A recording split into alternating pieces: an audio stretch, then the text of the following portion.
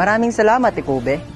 Alam naman natin na ang bawat barangay sa bayan ng GMA ay may kinakaharap na problema tungkol sa basura. Kaya narito kami sa Barangay Malya upang alamin ang kinakaharap nilang problema at solusyon nila sa problema sa basura.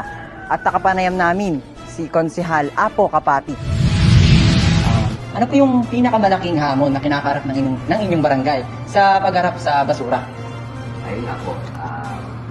Bali dito po sa aming barangay, pinakamalaki pong problema, hindi lang naman po sa barangay natin sa Madya, sa buong GMA halos, ang basura. Ang pinakamalaking problema po kasi dyan, unang-una yung mga illegal dumping na tinatawag. Mga nagtatapon sila kung saan-saan lang, tsaka yung hindi nagsisegregate ng basura ang ating mga barangay. Tsaka yung scheduling ng paghahakot ng MENRO o ng Municipal Environment Natural Resources. Ngayon, napagkasunduan ng pamunuan ng council na magawa kami ng mga programa. Unang-una, hinigpitan namin ang pag-implement ng no segregation, no collection. Kahit hindi nag-segregate ang mamamayan, hindi ko kolektahin ng basura nila. So, hindi, naglagay kami ng mga CCTV sa mga kanto, paikot-ikot sa barangay, nang sa gayon, mamamonitor natin yung mga nagtatapon ng basura nang wala pang schedule. Kasi alam nyo ba na naka-ordinansa yan, may municipal ordinance yan. Pag hindi pa schedule ng barangay mo, bawal maglabas ng basura. Base yan sa Solid Waste Management Act ng RA 9002. Sa akin, pang sarili ko. Hindi lang naman pagkarating sa problema ng basura sa lipunan. Ang kailangan kilusan. Ang pagkilos, dapat lahat. Mas kikilos ang lahat, mas masusolusyonan ng problema.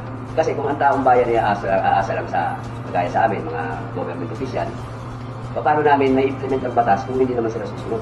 Magiging paulit-ulit lang ang problema. Ngayon, bilang mamamayan naman tayo, responsibilidad natin lahat na makipagtulungan sa gobyerno. Nang sa gayon, tayo rin naman ang makikinabang. Diba?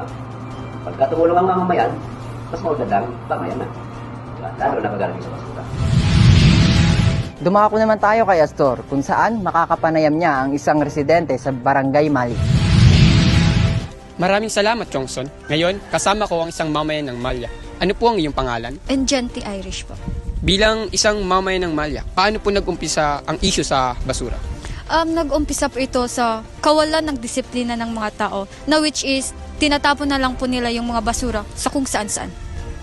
Bilang isang mamayan ng Malya, paano po nakaka-apekto sa inyo ang mga basura? Nakaka-apekto po ito sa hindi ka nais-nais na amoy at di kaaya-ayang tignan na kapaligiran. Ano po ba ang dapat gawin o mga hakbang para malutasan ang problema na ito o issue? Ang dapat pong gawing hakbang para malutasan po itong issue tungkol sa basura ay ang pagkakaroon ng disiplina sa sarili na kung saan marunong magtapon ng basura at hindi lamang ito tinatapon kung saan-saan na lamang. Maraming salamat, Engente. Balik sa iyo, Ikube.